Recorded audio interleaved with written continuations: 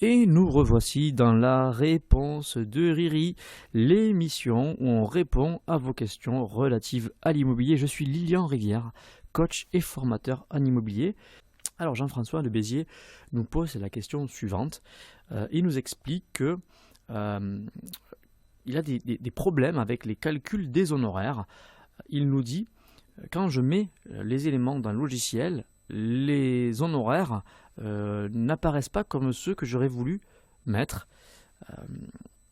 Et il nous dit aussi, quand je discute de ça avec mes collaborateurs, on n'a pas tous le même avis sur ces calculs. Alors Jean-François, c'est un vaste débat. Alors déjà, je vais t'expliquer un truc, tu tombes sur la bonne personne parce que j'ai effectivement mené des investigations il y a quelques mois, quelques années là-dessus, parce que j'avais effectivement relevé par rapport à un retour de DGCCRF, d'un contrôle d'agence, j'avais trouvé qu'il y avait des incohérences et effectivement, en manipulant le logiciel Protexa, pour ne pas le citer, j'avais trouvé qu'il y avait des incohérences dans les calculs comme tu essaies de me l'exposer. Et donc j'avais mené ces investigations, et pour faire simple, il y a eu beaucoup de confrères qui font le même métier que moi, qui ne me sont pas tombés dessus, mais presque, en me disant effectivement, mais qu'est-ce que c'est, qu'est-ce que tu racontes, etc. Donc tout simplement pour vous expliquer que si nous, on n'était pas d'accord là-dessus, enfin en tout cas si on avait des divergences de points de vue là-dessus, alors que ce sont des maths, hein, il ne peut pas y avoir de divergence, bref, en tout cas s'il y a débat, forcément ce débat il existe, donc t'affole pas, c'est normal qu'avec peut-être avec tes collaborateurs vous n'ayez pas tout à fait le même retour, le même avis. Je vais essayer de t'éclairer bien sûr là-dessus. Alors suite à ça, suite à ces investigations et ces remontrances que j'avais eues, rassurez-vous, depuis tout m'a donné raison, puisque Protexa justement, sur lequel je m'étais appuyé pour faire cette investigation, m'a demandé depuis à faire tout leur tutoriel, donc Protexa, pour expliquer justement ce fameux calcul.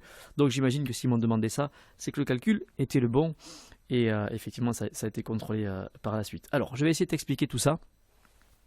Alors on va démarrer déjà par le fait de comprendre ce que c'est qu'une charge vendeur, une charge acquéreur.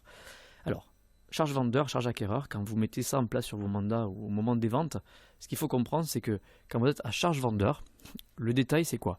C'est que l'acheteur va donc payer la maison au vendeur, donc l'échange va se faire entre l'acheteur et le vendeur, et le vendeur, une fois qu'il a reçu ces sommes-là, va reverser les honoraires à l'agent immobilier par la suite. Et ce qu'il faut déjà comprendre à ce moment-là, c'est que le passage entre l'acheteur et le vendeur, c'est le prix global dans le cas d'une charge vendeur, okay, le prix total. Maintenant, dans le cas d'une charge acquéreur, quand l'acheteur va donner la somme au vendeur, il va donner la somme nette vendeur. D'accord? Et parallèlement, l'acheteur va donner les honoraires à l'agent immobilier, puisque c'est l'acquéreur qui va payer les charges. De ce fait, le passage entre l'acquéreur et le vendeur, dans ce cas-là, c'est le prix net vendeur et non pas le prix global comme dans le schéma précédent. Et ce qu'il faut comprendre, et on le comprend facilement quand on parle de frais de notaire, c'est que les frais de notaire sont calculés sur le prix du bien, le prix officiel du bien. Donc, dans le cas de charge acquéreur, c'est le prix net vendeur, alors que le prix officiel du bien, dans le cas de charge vendeur, c'est le prix global, le prix du bien, tout simplement. Et les honoraires de notaire, enfin les frais de notaire, sont différents dans un cas que dans l'autre. Ce qu'il va falloir comprendre pour tes honoraires de vente, c'est que c'est exactement la même chose. Quand tu as ton barème à mettre en place, quand tu vas calculer tes honoraires, il faudra prendre comme base le prix du bien. Et le prix du bien, c'est exactement la même chose que pour les frais de notaire. Donc dans le cas de charge acquéreur, on calculera sur une base net vendeur, alors que dans le cas d'une charge vendeur, on calculera sur une base prix global. J'espère que c'est clair, c'est pas simple à expliquer, hein. Ce qui fait que si ton barème, en gros ton barème peut changer, peut ne pas être le même avec un cas et dans l'autre cas, puisque je dis n'importe quoi, mais si effectivement on dit que ton barème pouvait changer à 102 000 euros et que tu avais donc 100 000 euros net vendeur et que tes honoraires sont à 5 000 euros par exemple, effectivement dans le cas frais d'agence, dans le cas de charge acquéreur, tu aurais donc 100 000 euros net vendeur, tu rajoutes donc tes 5 000 euros d'honoraires puisque on est en dessous de la tranche des 102 000 euros et donc on arrive à 105. Alors que quand on est à charge vendeur, vu qu'on prend le prix global, on serait plutôt dans les 105. Sauf que 105 est au-dessus des 102 et au-dessus de 102, on imagine que vous aurez 6 000 euros d'honoraires, donc ce serait 106 et non plus 105. Voilà, j'espère que j'ai été clair là-dessus. On peut prendre un autre exemple si vous voulez avec du pourcentage, ce sera plus clair, ce sera plus simple.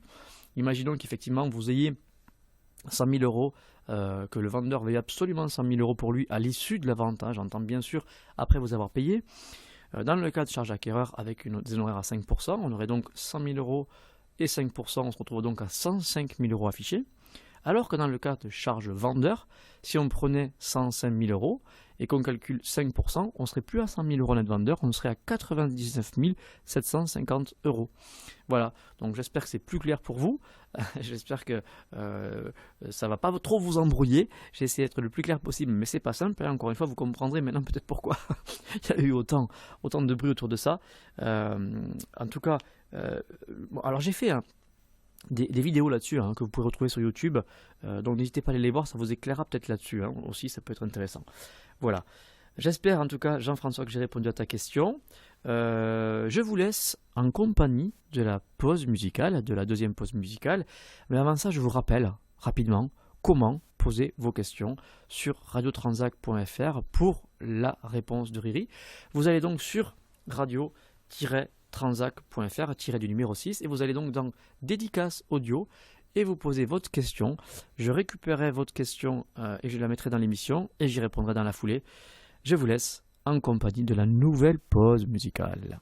La réponse de Riri, le jeudi de 15h à 16h sur radiotransac.fr, on répond à vos questions.